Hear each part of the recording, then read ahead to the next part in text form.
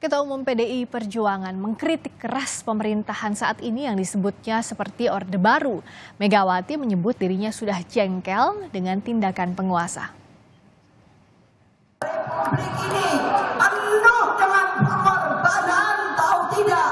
Mengapa sekarang kalian yang baru berkuasa itu mau bertindak seperti waktu zaman Orde Baru?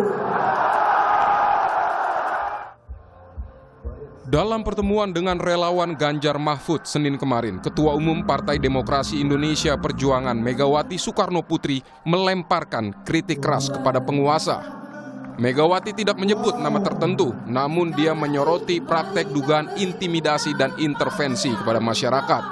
Bahkan Presiden kelima ini mengaku sudah jengkel atas situasi demokrasi dan hukum saat ini. Negara merdeka berdaulat punya ketatanegaraan, ketata pemerintahan. Jadi setiap orang yang tadi saya sebut, yang disebut orang pemerintah, semuanya harus taat pada perundang-undangan di Republik Indonesia ini. Enak aja undang-undang aja emangnya punya siapa? Ibu udah gemes benar.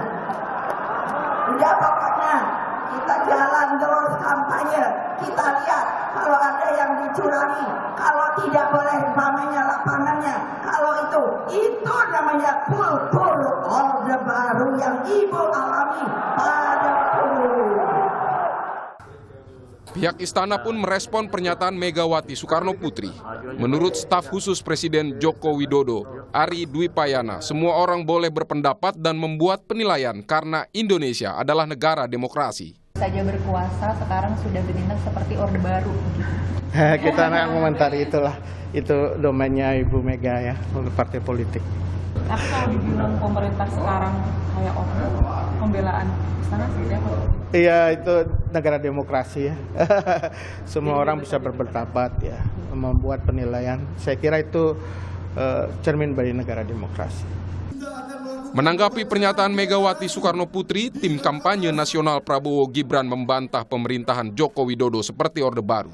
Jadi kami melihat tidak ada tanda-tanda nyata bahwa kekuasaan hari ini yang dipimpin oleh Pak Jokowi ini mengarah kepada praktek Orde Baru karena syarat-syarat itu tidak ada. Salah satu syarat lagi Orde Baru bisa melakukan itu adalah kalau di dalam partai itu politiknya itu adalah partainya sangat terbatas cuma 3. Sekarang partainya 18.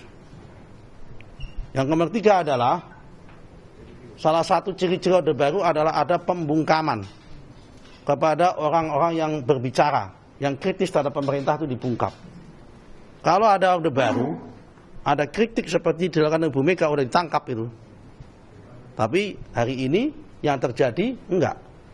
Megawati sebelumnya sudah menyoroti soal penyalahgunaan kekuasaan. Dalam pernyataan 2 pekan lalu, Megawati menyinggung soal keputusan Mahkamah Konstitusi terkait persyaratan Capres-Cawapres yang menurutnya merupakan manipulasi. Apa yang terjadi di Mahkamah Konstitusi akhir-akhir ini telah menyadarkan kita semua bahwa berbagai manipulasi hukum kembali terjadi. Itu semua akibat praktek kekuasaan yang telah mengabaikan kebenaran hakiki politik atas dasar nurani. Pernyataan keras Megawati Soekarnoputri semakin mencerminkan jarak yang semakin lebar antara Presiden Joko Widodo dan PDIP. Tim Liputan, Kompas TV.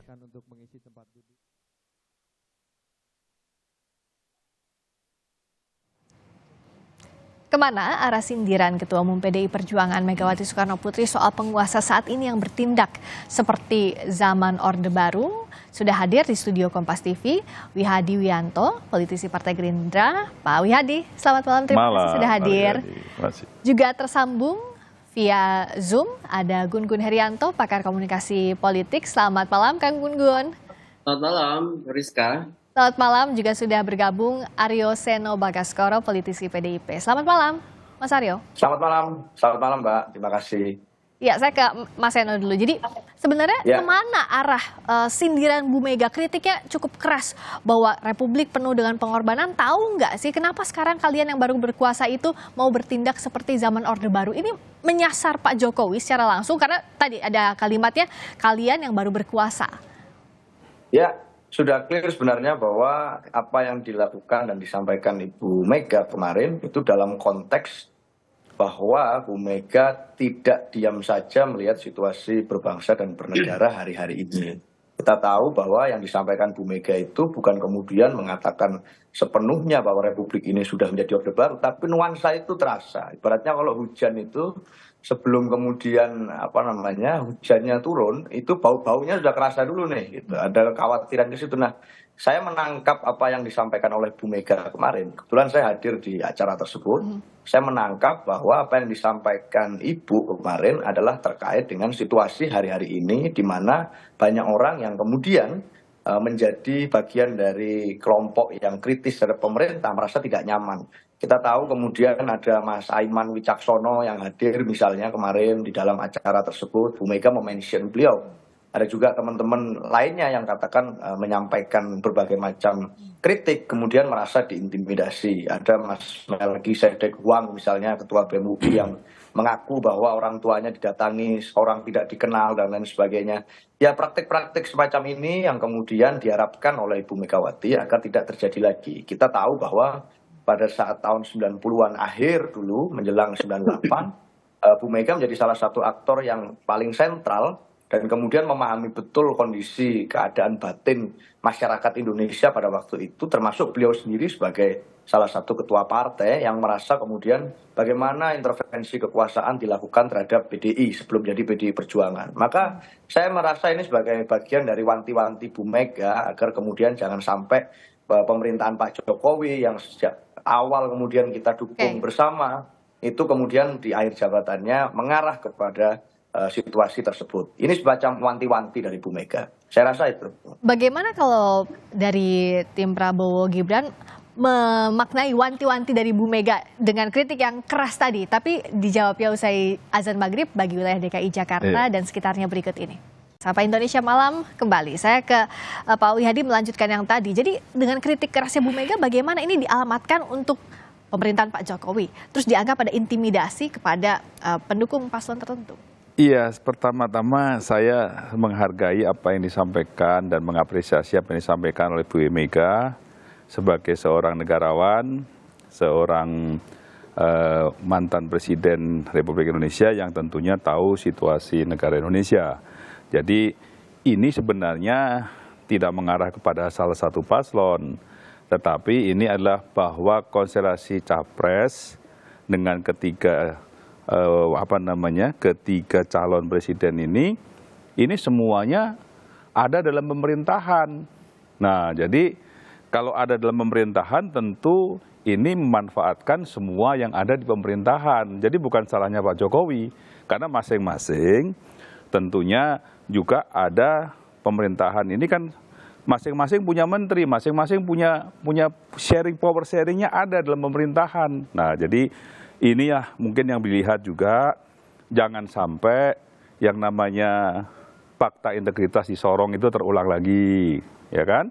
Nah, fakta integritas itu kan bukan dari kita kan? Nah, jadi itu jangan sampai terulang lagi. Terus kemudian PJ Bupati Cilacap itu juga jangan terulang lagi. Nah, hal-hal seperti itu adalah merupakan suatu warning yang kita kaitkan bahwa itu warning daripada Ibu Mega juga, jangan-jangan gitu kan. Jadi satu hal yang kita hargai semua, bahwa di sini kalau ada hal-hal yang memang dilakukan mungkin tadi disampaikan oleh Mas Seno intimidasi, kami ini 2019 bukan diintimidasi lagi, dikriminalisasi, ya kan? Dan kemudian bahkan kita ini pada saat itu partai pendukung daripada Pak Jokowi mengkriminalisasi kami, terus kemudian juga yang bukan hanya kriminalisasi, tetapi menangkap juga, gitu kan? Nah, ini satu hal yang mungkin Bu Mega melihat bahwa jangan sampai itu terulang lagi lah 2019. Nah, makanya ini kan sesuatu hal yang disampaikan oleh Bu Mega sebagai ibu negara, ibu bangsa, karena kan sebagai seorang negarawan. Jadi saya kira ini untuk kita semua bahwa konstelasi capres ini, pemilu ini kita lakukan dengan riang gembira, dengan santuy, ya kan, dengan kita semua semuanya bergembira menyambut pemilu ini gitu kan. Jadi jangan kita melihat bahwa ini ada sesuatu hal yang perlu harus dilakukan bahwa ini memakai kekuatan, karena kekuatan ini terbagi rata. Semuanya ada. Capres nomor 1 juga ada di situ juga sebagai koalisi Pak Jokowi, nomor 2 juga ada, nomor 3 juga ada, bahkan nomor 3 partai pemenang pemilu gitu kan. Nah, jadi ini semuanya sama gitu loh ya. Nah, kalau Kang Gun melihatnya kritik Bu Mega ini untuk semuanya atau spesifik? Kang Gun, tolong di-unmute dulu. Masih di-mute, Kang? Ya. Sudah saya unmute. Nah, sudah sekarang. Ya. Oke, menurut saya sih ini spesifik ya. Ini bicara konten dan bicara konteksnya itu lugas sebenarnya.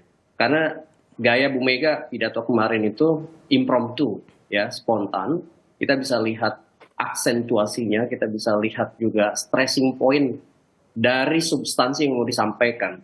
Nah, kalau kita bicara konten, pidato Bu Mega kemarin menurut saya sangat substantif ya. Bicara misalnya pemilu harus demokratis, itu clear dengan titik poin bahwa tidak boleh misalnya ada intimidasi atau keberpihakan berlebih pada salah satu pasangan. Ini pesan yang menurut saya sangat penting digarisbawahi. Kemudian juga Bu Mega bicara soal tidak boleh melampaui hukum. Dan tentu harus kita mengingat sejarah bangsa ini. Ini konten yang menurut saya menjadi prawacana pada wacana berikutnya, yaitu soal Bu Mega ingin memberi semacam early warning sebenarnya ya. Bahwa proses pemilu yang sangat kompleks dan kerap kali melibatkan godaan untuk menjebak siapapun yang punya kuasa politik, terjebak pada yang disebut dengan abuse of power ya, penyalahgunaan kekuasaan. Disitulah menurut saya poin utama dari yang disampaikan oleh Bu Mega. Sekarang pertanyaannya adalah siapa yang kemudian dituju? Nah, itu harus dibaca konteks. Jadi tidak bisa membaca konten itu dengan melepaskan konteks. Kalau kemudian kita kilas balik pada pidato sebelumnya, misalnya dengan gaya skrip ya, kan sebelumnya kan pada saat bicara soal MK itu Bu Mega dibantu skrip dan itu sangat lebih hati-hati lagi.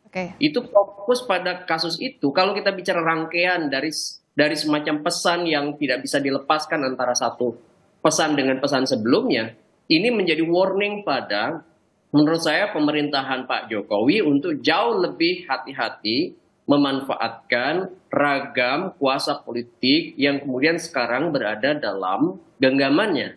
Jadi ini jauh lebih menurut saya ekspresif, jauh lebih tegas, jauh lebih spesifik.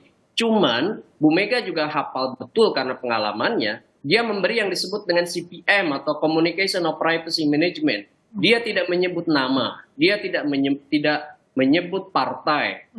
Dia kemudian menyebut kekuasaan. Ya kan? Dan ketika kekuasaan itu tentu orang bicara soal siapa yang kemudian sekarang memiliki ya keterhubungan ya, baik misalnya dari sisi sosok maupun tentu afiliasi, dan proses-proses ini kemudian menjadi bacaan penting bagi publik. Sebenarnya pesan ini disampaikan oleh Bu Mega kepada siapa, kira-kira begitu. Nah, kalau bicara untuk memaknai ini, kan sebelumnya juga ada narasi-narasi kecurangan, Mas Seno. Apakah ke sini mengarahkannya? Karena ini sudah mulai masa kampanye, ini kekhawatiran-kekhawatiran yang ingin diingatkan Bu Mega? Ya, saya rasa konteksnya clear bahwa kemarin adalah konsolidasi kawan-kawan relawan dari seluruh Pulau Jawa yang jumlahnya 9.000 orang, massa yang begitu banyak, dan mungkin merecall memori bagaimana kekuatan rakyat pada saat menumbangkan rezim Orde Baru dulu, itu yang sangat lekat di memori perjuangan Bu Mega, itu kemudian berada di satu situasi yang mana Bu Mega menjadi pembicara utamanya pada waktu itu kemarin sebelum masuk ke Pak Ganjar. Nah, saya melihat bahwa rangkaian ini tidak bisa terlepas. Orang kan banyak bilang, Bu Mega arogan, Bu Mega nggak mau kemudian dekat dengan masyarakatnya, terkesan jauh, elitis dan lain sebagainya. Nah, apa yang terjadi kemarin, tampilan Bu Mega di depan para relawan membakar semangat dengan begitu luar biasa. Itu menggugurkan semua asumsi itu. Saya melihat betapa Bu Mega mampu membaca apa yang menjadi kegundahan, kegalauan yang dirasakan oleh kawan-kawan relawan, kawan-kawan simpatisan yang mungkin berbeda pilihan politik dengan keluarga presiden. Ini kemudian Bu Mega menangkap ekspresi itu dan menyatakan bahwa Bu Mega akan tampil di depan kalau ada yang mau menyakiti, hadapi dulu saya. Nah, bagi saya ini sosok seorang perempuan, usianya sudah 76 tahun, masih punya keberanian untuk melakukan itu, menjadi penjaga terdepan dari keseluruhan tata negara kelola pemerintahan kita, yang menjaga konstitusi dan lain sebagainya. Bagi saya ini suatu ekspresi politik yang luar biasa. Kita tidak boleh lupa, Mbak, kemarin pada waktu acara itu dilakukan, sebelum pidato dari para ketua umum partai pengusung, diluncurkanlah sebuah hotline pengaduan tentang kecurangan pemilu dari TPN Ganjar Mahfud oleh Pak Arsyad Rashid. Maka ini menjadi satu rangkaian terkait dengan peristiwa di MK kemarin, terkait dengan potensi-potensi kecurangan dan pelanggaran, terkait dengan adanya nuansa-nuansa yang kemudian saya sampaikan di awal tadi, mirip dengan Orde Baru seperti yang disampaikan oleh Bu Mega. Ini kemudian menjadi satu rangkaian kenapa Bu Mega sampai pada pidato itu. Maka dari itu saya rasa apa yang disampaikan Bu Mega kemarin substansial dan menunjukkan bahwa sekali lagi Bu Mega memang negarawan yang mampu menggerakkan hati rakyat. Saya rasa itu, Mbak. Nah, bicara soal nuansa zaman Orde Baru, Pak Wihadi melihat itukah saat ini di bawah pemerintahan Pak Jokowi? Saya kira kalau kita bicara seperti itu, nuansa Orde Baru seperti apa, kita juga, saya waktu itu hidup di Orde Baru juga sudah ada gitu kan. Saya tidak melihat sesuatu yang sama dengan Orde Baru, karena kalau kita melihat sekarang ini, yang saya katakan tadi Mas Gun juga mengatakan masalah ini powernya di apa namanya, powernya kemudian kekuasaan di siapa. Kalau saya bilang kan powernya itu masing-masing terpecah-pecah. Nomor satu itu ada PKB dan Nasdem, punya menteri di situ. Kemudian nomor dua Pak Menhan. Kemudian nomor tiga itu ada Pak Menko Polhukam. Loh, ini kan kalau Orde Baru nggak mungkin terjadi bahwa ada 3 calon menteri yang mencalonkan sebagai presiden maupun wakil presiden, kan nggak mungkin terjadi. Jadi yang dimaksud Orde Baru itu Orde Baru yang seperti apa? Apakah tindakan represif? Kalau kita bicara mengenai tindakan represif, 2009 itu lebih serem loh. Kita bicara, ya kan? Kalau kita bicara 2019 itu lebih serem kita lakukan ya, pemilu yang dulu dibandingin yang sekarang. Ini kan yang dikatakan tadi kan potensi-potensi. Saya kira potensi-potensi itu bukan sesuatu hal yang sudah terjadi. Kalau 2019 sudah terjadi, gitu kan? Kita lihat semua kan kriminalisasi di sini seluruh Indonesia terjadi. Dan bagaimana kita melihat begitu masifnya terjadi pada saat itu, kan begitu. Jadi saya kira itu bukan sesuatu hal yang kita gambarkan bahwa sekarang ini adalah suatu Orde Baru. Kalau Orde Baru ini kan yang saya dikatakan tadi, kita ngomong saja kita sudah besoknya hilang gitu kan. Kan begitu, kata-katanya kan seperti itu. Aktivis-aktivis mengatakan bahwa pada saat kita ngomong itu juga hati-hati semuanya. Nah sekarang ini kan ngomong bebas semuanya. Di mana yang kita lihat bahwa ini merupakan satu hal yang menjadi momok kita, ini adalah kondisi Orde Baru. Ini terbuka keterbukaan semua. Bahkan kita lihat ini semuanya kita di rumah kaca. Apa yang kita lakukan ini pasti orang semua lihat. Dengan medsos, dengan media yang begitu banyak, ini dilakukan. Nah, pelanggaran-pelanggaran dilakukan itu kan bukan potensi-potensinya bukan hanya dari calon presiden satu saja, dari kami saja, tetapi justru kita lihat bagaimana yang namanya fakta integritas itu dilakukan di Sorong, terus kemudian bagaimana yang terjadi PJ Bupati daripada Cilacap. Dan sebenarnya kita juga mendeteksi banyak sekali juga. Tapi ini kan terbuka semuanya, tidak ada satu hal yang menjadi masalah yang seperti 2009 yang lalu gitu kan. Okay. Nah, makanya saya katakan bahwa ini adalah warning untuk kita semua dari Bu Mega, dan kita mengapresiasi Bu Mega itu menyampaikannya dalam kesempatan yang ada memang di acara di Capres nomor 3 tentunya kan, bukan tidak sesuatu tidak mungkin di Capres yang lain, tetapi memang di situ disampaikan. Artinya warning kita semua untuk kita menjaga demokrasi. Nah, demokrasi ini kan kita jaga. Menjaga demokrasinya seperti apa? Ya itulah, jangan sampai kita ini terlibat dalam hal-hal memaksakan kehendak, terus kemudian juga membuat sesuatu pemaksaan itu yang dilakukan. Kemudian ini semuanya sudah terjadi gitu kan, jadi yang sudah dilakukan gitu kan. Nah jadi ini saya kira sesuatu hal yang kita sikapi bersama, bahwa kita ini dari awal pasangan kami adalah menerapkan bahwa kita ini pemilu damai dan kita harus riang gembira, kita santai saja, ya kan, tapi tetap kita harus serius dalam berbagai macam program-program kita sampaikan kepada rakyat. Ini semuanya adalah bagaimana kita memberikan kepada rakyat ke depan ini untuk Indonesia Maju 2045. Nah, kita dengarkan lagi dulu bagaimana jengkelnya Bu Mega saat menyampaikan ini di depan relawan. Kita putarkan dulu seperti ini. Mengintimidasi. Coba, lihat dia tuh siapa sih? Lah iyalah. Lah iyalah. Kalau dia berani, lo kenapa saya nggak boleh? Kamu mesti lihat perundangannya. Kamu sebagai apa?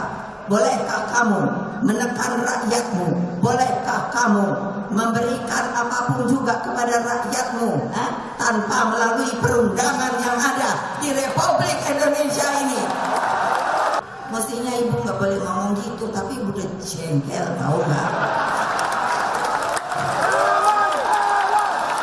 Kenapa Republik ini penuh dengan pengorbanan, tahu tidak? Mengapa sekarang kalian yang baru berkuasa itu mau bertindak seperti waktu zaman Orde Baru? Kang Gun-Gun gimana lihat ya, ini pidato Bu Mega dengan tone yang jauh lebih tinggi dari biasanya, dengan penekanan yang jauh lebih dalam daripada biasanya, Kang? Iya, ini jelas ya, antara diksi dan intonasi itu punya makna yang relevan dalam konteks pidato kali ini. Kenapa? Karena ini menunjukkan bahwa ada kegundahan, ada kekesalan begitu ya. Dan itu kemudian diekspresikan.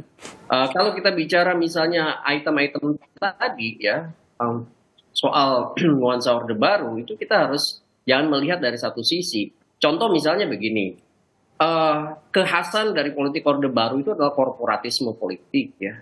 Bahasa umumnya mungkin kerap kali dimaknai sebagai pembonsaian politik ya. Ketika kuasa-kuasa politik real itu tidak lagi bisa efektif ya, itu kemudian diorkestrasi oleh kekuatan sentral, misalnya sangat personal sentris begitu, dengan cara mengorkestrasi kekuatan-kekuatan melalui tokoh-tokoh utama, sehingga kemudian terjadilah ketidakefektifan. Dan yang kemudian fenomena yang kerap kali muncul adalah tendensi mayoritarian, apa yang kemudian dikehendaki itu mewujud.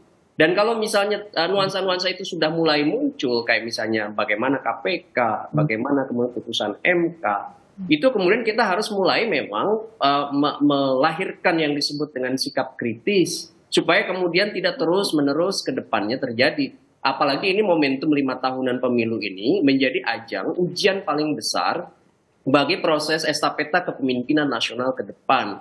Sehingga menurut saya, siapapun lah yang bicara, entah itu Bu Mega atau misalnya kelompok civil society, itu menurut saya harus dihargai sebagai bentuk kritik ya, bagian dari kritik yang paling substantif dari siapapun yang bicara. Yang jelas sekarang harus ada satu kondisi di mana hukum harus di atas semua yang berkompetisi. Jangan sampai kemudian ada tendensi untuk kemudian menggunakan instrumen-instrumen kuasa politik atau instrumen hukum untuk memenangkan dari hulu ke hilir, sehingga kemudian kompetisi itu tidak berjalan secara demokratis. Menurut saya itu sih main poinnya, Friska. Saya membaca juga yang menarik ada 2 hal, Mas Seno. Yang pertama kan Pak Jokowi sebenarnya masih terdaftar sebagai kader PDI Perjuangan. Yang kedua, Bu Mega berkali-kali bilang bahwa Pak Jokowi adalah petugas partai. Kenapa tidak ditegur langsung, tapi butuh di depan relawan ditegur dengan tone yang tinggi seperti tadi? Ya inilah kemudian sifat kenegarawanan Bu Mega muncul. Kalau bicara tentang KTA, Mbak, saya bicara seorang kader partai di PDI Perjuangan ini kan bukan hanya persoalan punya KTA atau tidak, tapi persoalannya pada kesamaan visi, kesamaan prinsip, kesamaan nilai. Dan ini kemudian masyarakat, kelompok-kelompok pemerhati bisa menilai apa yang terjadi saat ini. Nah, Maka kekesalan Bu Mega itu kan tidak kemudian muncul dari ruang hampa. Kita melihat kalau kita ingat-ingat pasca Orde Baru tumbang dulu di proses reformasi, Mahkamah Konstitusi itu lahir pada pemerintahan Bu Megawati pada waktu itu. Maka pada saat MK kemarin misalnya muncul aroma tidak sedap di situ yang ditengarai oleh publik, terjadi berbagai macam hal tidak etis yang kemudian sudah disidang oleh MK. Wajar dong kemudian ada kekesalan itu dari Bu Mega yang melahirkan MK. Tambah lagi dengan berbagai macam peristiwa yang mengarahkan atau menggiring kita ke nuansa itu. Maka cara Ibu mengkritik dari kekuasaan yang hari ini terjadi, ini kan bisa diekspresikan melalui berbagai macam cara. Kebetulan kemarin malah buat saya ini satu hal yang sangat menarik di hadapan para relawan yang notabene ini bukan kelompok yang mana tegak lurus pada ketua umum, tidak di forum partai, tidak di forum di mana Bu Mega menjadi pemimpin tunggal, tetapi di sini di hadapan massa rakyat yang luar biasa beragam, dan Bu Mega berhasil untuk menggerakkan itu. Maka sekali lagi ini adalah sebuah bentuk wanti-wanti yang disampaikan Bu Mega kepada penguasa di institusi manapun dengan afiliasi kepada kelompok yang berkuasa hari ini atau pucuk pimpinan yang berkuasa hari ini. Maka saya dengan segala hormat menarik sekali mendengar penjelasan Pak Wihadi tadi yang sudah sangat mirip dengan Pak Ari Dwi Payana di awal tadi. Cocok sekali menjadi juru bicaranya Pak Jokowi. Ini menarik sekali buat saya karena kita juga tidak menuduh ke siapapun. Tapi ini sebagai bentuk wanti-wanti kepada kekuasaan yang nuansa itu mulai muncul. Tapi ada pembelaan-pembelaan terhadap Pak Jokowi dan rezim saat ini yang kemudian keluar dari kubu Pak Prabowo dan Mas Gibran. Buat saya ini satu hal yang menarik, tapi kemudian ini menjadi pengingat bagi kita semua. Saya rasa itu, Mbak. Terima kasih. Hedi, ada komentar soal tadi? Iya, saya sedikit mengomentari mengenai masalah yang disampaikan oleh Mas Gugun ya, mengenai masalah supremasi hukum. Memang kita paham bahwa kita memang harus percaya dan kita juga mesti satu paham mengenai masalah kita di atas hukum, di atas segalanya. Justru permasalahan yang terjadi sekarang ini, permasalahan KPK, ini adalah permasalahan yang memang menjadi suatu tindakan hukum yang memang dilakukan. Tidak ada suatu intervensi kekuasaan dan itu adalah murni mengenai permasalahan-permasalahan yang terjadi, dinamika daripada permasalahan hukum. Nah, kemudian bicara masalah MK. MK ini sebenarnya sudah clear barang ini. Masalah ini sudah clear. Karena apa? Karena MK itu bagaimanapun juga yang diuji adalah norma. Nah, kemudian kalau misalnya keputusan MK itu kemudian ada yang melaporkan ke MK, justru kita juga melihat keputusan MK ini tidak lebih lucu daripada keputusan MK yang dipermasalahkan, gitu kan? Tapi sebenarnya kalau kita lihat keputusan MK sendiri itu adalah keputusan yang sebenarnya kita lihat tidak ada bukti satupun yang di situ jelas dalam diktumnya, jelas dalam keputusan itu ada buktinya. Yang ada hanya suatu hal dugaan akan dilakukan potensi intervensi. Nah, ini kan hanya menduga-duga ada sesuatu hal yang menjadi suatu kesimpulan yang tidak ada barang buktinya. Nah, ini jadi saya kira ini tidak perlu kita tarik-tarik lagi. Ini sudah terjadi, ini sudah lewat. Ini bukan sesuatu hal yang kekuasaan bukan. Kita bicara mengenai masalah bagaimana proses suatu hukum itu dilakukan. Yang ada sekarang ini justru kita harus ciptakan bahwa ke depannya ini harus kita sama-sama menjaga bahwa yang namanya situasi ini harus kondusif, situasi ini dalam pencapresan ini kita semuanya nanti ini kita semuanya menjaga diri, ya kan? Kita semuanya melakukan pemilu ini dengan tenang, ya kan? Dan kemudian saya kira sesuatu hal yang kita semua harapkan bahwa negara kita ini bukan hanya sekali ini dalam melakukan pemilu, ini sudah pemilu yang langsung ini udah berkali-kali, kita sudah pengalaman dan saya kira ini penyakit 5 tahunan juga sebenarnya kalau saya lihat gitu kan. Jadi apakah penyakit 5 tahunan ini lebih parah dari yang kemarin, yang sekarang ini apakah lebih parah? Kalau saya lihat sih lebih parah yang kemarin daripada yang sekarang, yang kami lakukan dulu gitu kan. Artinya yang kami sebagai korban gitu kan, itu lebih parah dibandingkan sekarang. Ini sekarang 2 bulan aja masih adem ayem kok, harinya begini aja gitu. Oke, terakhir Kang Gun-Gun singkat saja. Nampaknya tadi narasinya kalau dari Mas Seno ada kekhawatiran soal pemilu ini bagaimana nanti akan berlangsungnya. Kalau dari Pak Wihadi yang 2019 dulu lebih parah yang dialami. Jadi masing-masing berada di sisi sebagai korban perasaannya. Nah, gimana kalau Mas Gun-Gun lihat ini, Kang Gun-Gun? Ya, menurut saya yang paling penting itu adalah sistem demokratiknya berjalan, etos demokratiknya jalan. Jadi menghormati aturan main itu jalan. Tetapi nilai atas keragaman itu juga harus kemudian menjadi sikap dari semua pihak. Terlepas dari apapun motif statement, itu menurut saya kita ambil sisi positif dari pernyataan itu untuk kemudian membangun konsolidasi demokrasi di Indonesia jelang pemilu 2024. Kalau kemudian kita bersepakat bahwa negara ini adalah negara hukum, maka hukum harus di atas individu-individu. Kalau tadi misalnya bicara soal KPK, bukan proses pentersangkaan Pak Firly-nya, kita harus lihat ke belakang bagaimana revisi KPK itu. Itu yang saya maksud tadi. Bagaimana proses revisi KPK, bagaimana misalnya Omnibus Law, proses-proses itu kan menunjukkan indikasi yang disebut dan majoritarian tendensi.